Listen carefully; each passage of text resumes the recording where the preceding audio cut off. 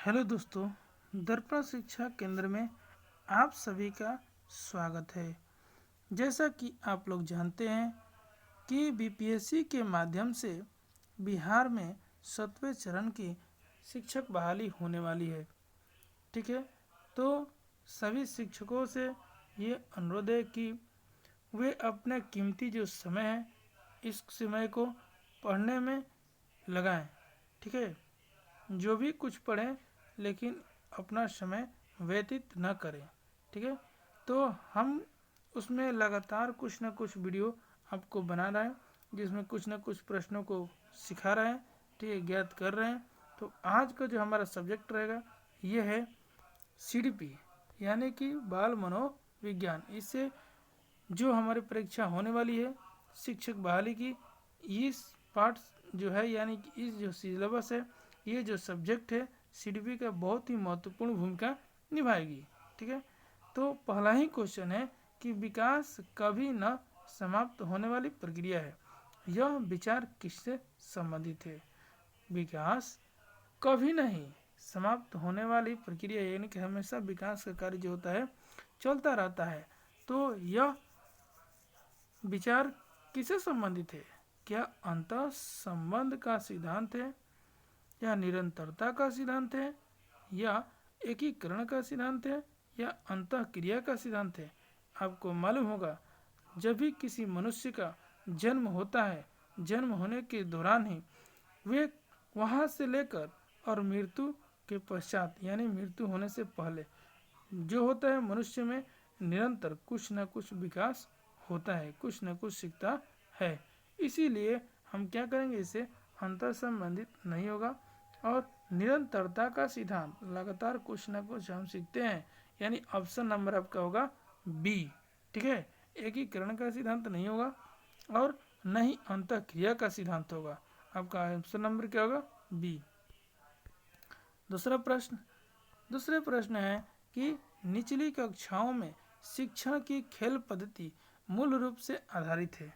ठीक है, तो ये जो बीपीएससी के माध्यम से शिक्षक बनेंगे, निचली कक्षाओं का मतलब प्राथमिक कक्षा। ठीक है, प्राथमिक कक्षा के बारे में बताया जा रहा है। करा कि शारीरिक शिक्षा कार्यक्रम के सिद्धांतों पर, शिक्षण पद्धति के सिद्धांतों पर, विकास एवं वृद्धि के मनोवैज्ञानिक सिद्धांतों पर, शिक्षण के समाज शास्त्र सिद्धांतों पर कब किया जा रहा है?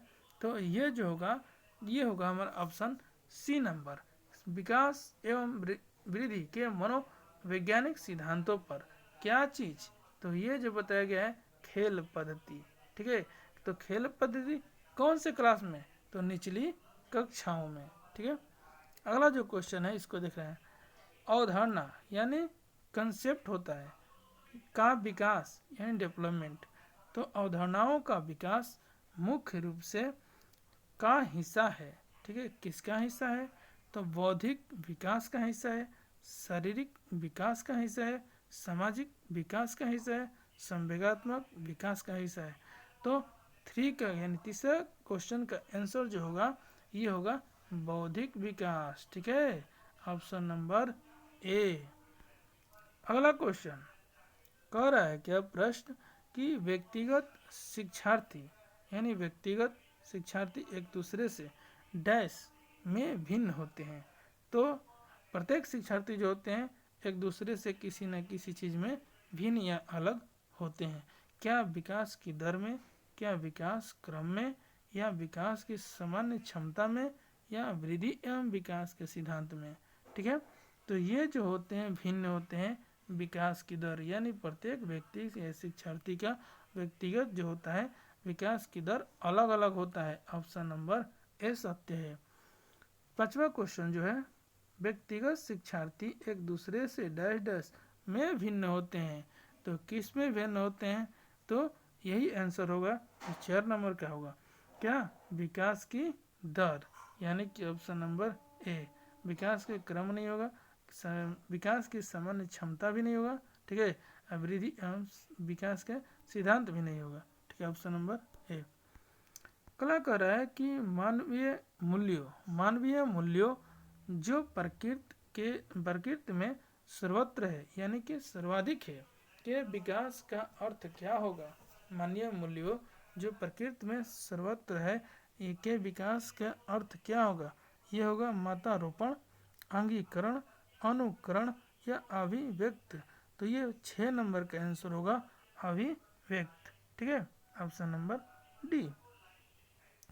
निम्न में किस स्तर में बच्चे अपने समकक्षीय वर्ग के सक्रिय सदस्य बनते हैं? बहुत ही वीवीआई क्वेश्चन है और ये बार बार पूछता है शिक्षक बहाली में कि समकक्षीय वर्ग के सक्रिय सदस्य बनते हैं किस बच्चे जो होते हैं अपने किस वर्ग में? ठीक है, क्या बाल्यावस्था में, क्या वयस्कावस्था में, क्या पाकावस्था में या बाल्यावस्था में? पहला दिया ऑप्शन किशोरावस्था में। किस में बनते हैं? 4-5 ऑप्शन दिया आपको, तो ये बनते हैं किशोरा अवस्था में, यानी ऑप्शन नंबर फर्स्ट। ठीक है, अगला क्वेश्चन देखते हैं कि बचपन के सांप्रतिक दृष्टिकोण की मान्यता, बचपन के सांप्रतिक दृष्टिकोण की मान्यता है। ठीक है, पहला ऑप्शन बहुत तरीके से बच्चे वयस्क के बराबर होते हैं, ये गलत बात है।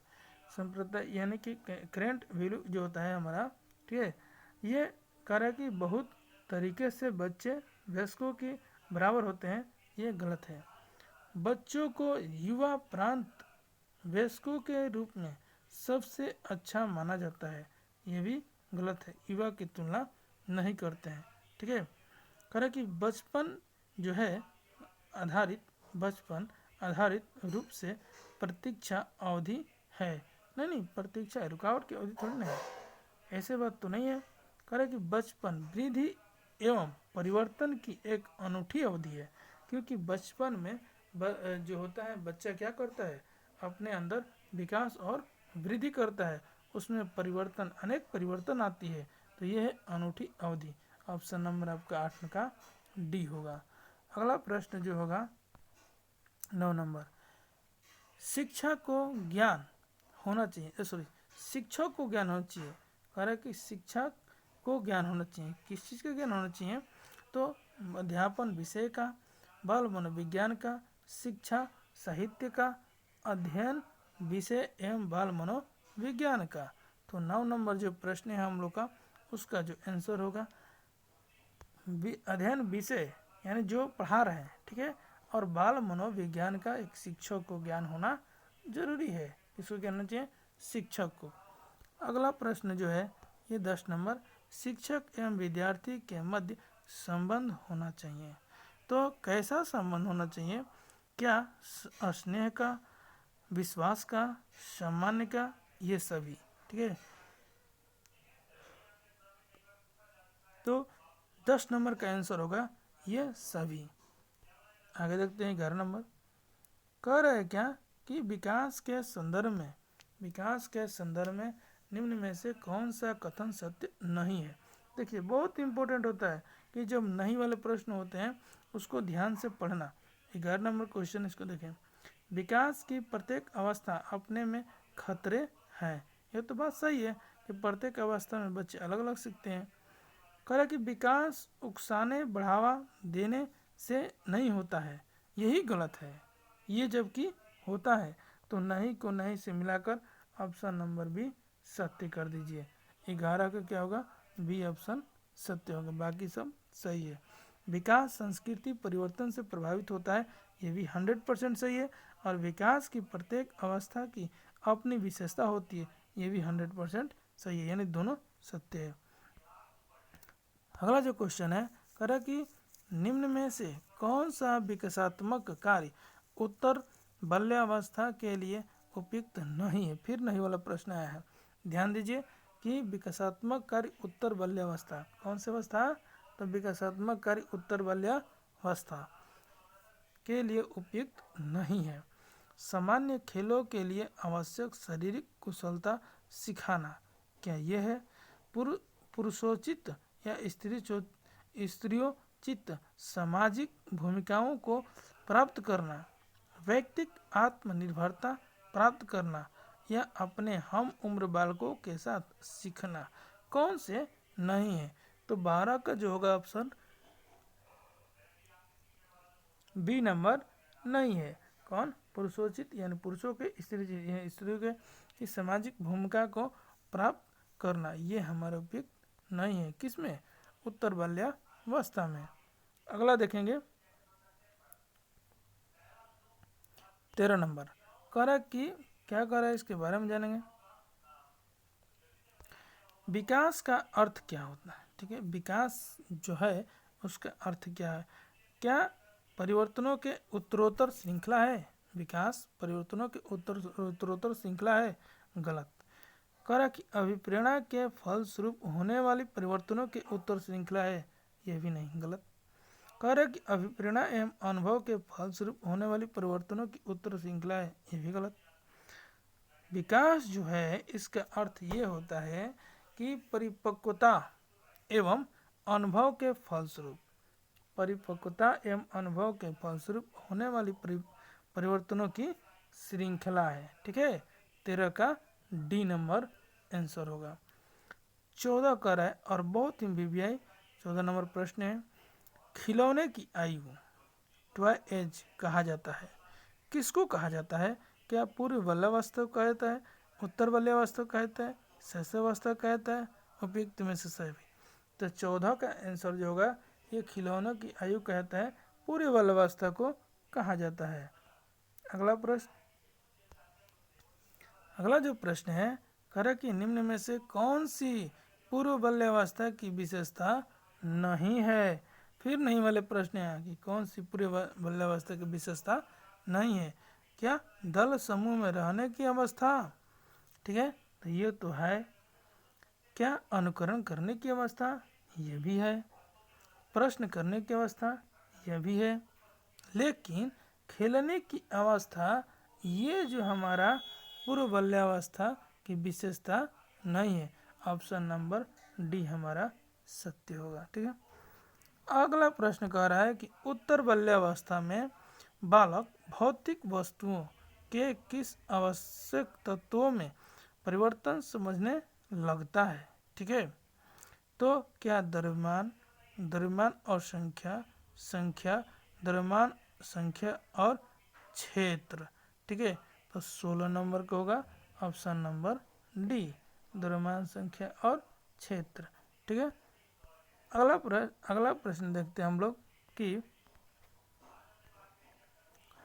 मानव विकास किन दोनों के योगदान का परिणाम है? मानव विकास किन दोनों योगदान का परिणाम है? ठीक है,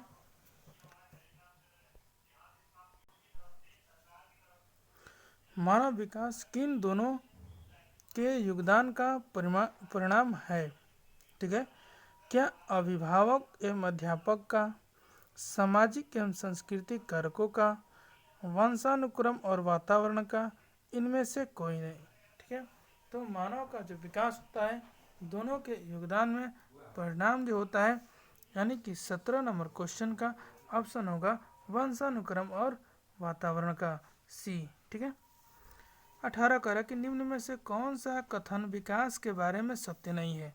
बहुत ही इंपॉर्टेंट है, जो सत्य नहीं है बहुत इंपॉर्टेंट है। क्या विकास अंतःक्रिया का फल है? क्या विकास अंतःक्रिया का फल है? विकास एक व्यवस्थित श्रृंखला का अनुगामी है। विकास एक व्यक्तिगत प्रक्रिया है। विकास विशिष्ट से सामान्य की ओर होता है। ठीक है, तो 18 का जो ऑप्शन होगा ये विकास जो होगा सामान्य से विशिष्ट होता है, न कि विशिष्ट से सामान्य होता है। इसीलिए ऑप्शन आपका कौन होगा? डी नंबर सही है 18 का। अगला जो है 19 नंबर क्वेश्चन कह रहा है कि निम्न में से कौन सा कथन सही नहीं है? ठीक है, निम्न में से कौन सा कथन सही नहीं है? आवश्यकता वंचना की शारीरिक अवस्था नहीं है। आवश्यकता जो है वचना की शारीरिक अवस्था नहीं है। अंतर्नोद आवश्यकता का मनोविज्ञान परिणाम है। ठीक है, अगला कह रहा है कि आवश्यकता एवं अंतर्नोद सामान्य नहीं है बल्कि समांतर है। ठीक है, मूल प्रवृत्तियां आंतरिक जैविक बल है।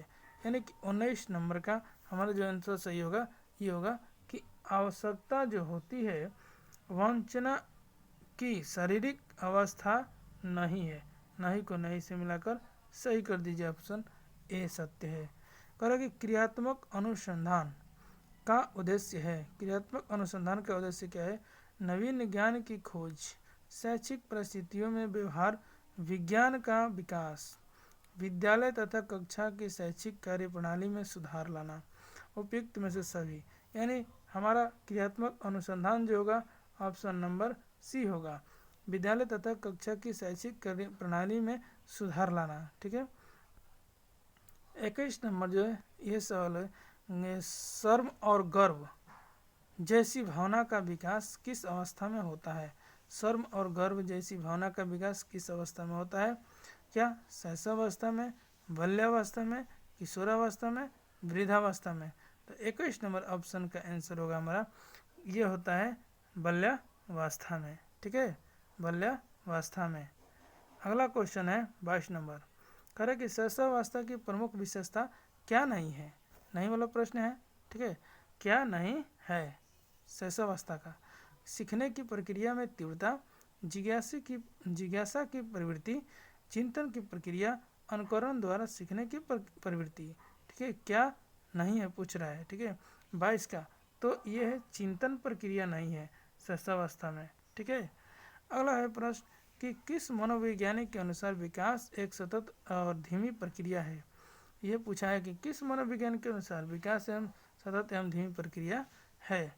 कल अस्निक, ठीक है, ये पियाजे, हर्लॉक, स्किनर। तो किसके स्किनर किसके अनुसार नहीं है? तो 23 का जो है ये है धीमी प्रक्रिया है पूछ रहा है, सॉरी नहीं पूछ रहा, नहीं है, तो ये होगा स्किनर के अनुसार, यानी ऑप्शन नंबर सी। तो 24 जो है इसको देखते हैं। बाल्यावस्था जो है अवस्था होती है, कितने तक होती है बाल्यावस्था? 24 नंबर क्वेश्चन है। तो ये जो होती है 12 वर्ष तक होती है, सभी लोग को मालूम होगा। विकास में वृद्धि से तात्पर्य क्या है? विकास में वृद्धि से तात्पर्य क्या है? ठीक है, क्या ज्ञान में वृद्धि, संवेग में वृद्धि, हाँ वजन में वृद्धि?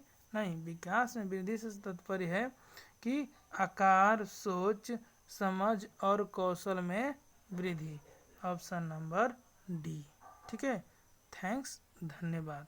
सभी शिक्षक से अनुरोध है कि इस वीडियो को समझ गए हैं तो अपने दोस्तों के साथ शेयर करें, सब्सक्राइब करें और लाइक करना ना भूलें। ठीक है, और जहाँ भी त्रुटि हो उसको कमेंट बॉक्स में लिख दें। ठीक है, या अगले वीडियो के लिए इंतज़ार करें कुछ समय के बाद। थैंक्स, धन्यवाद।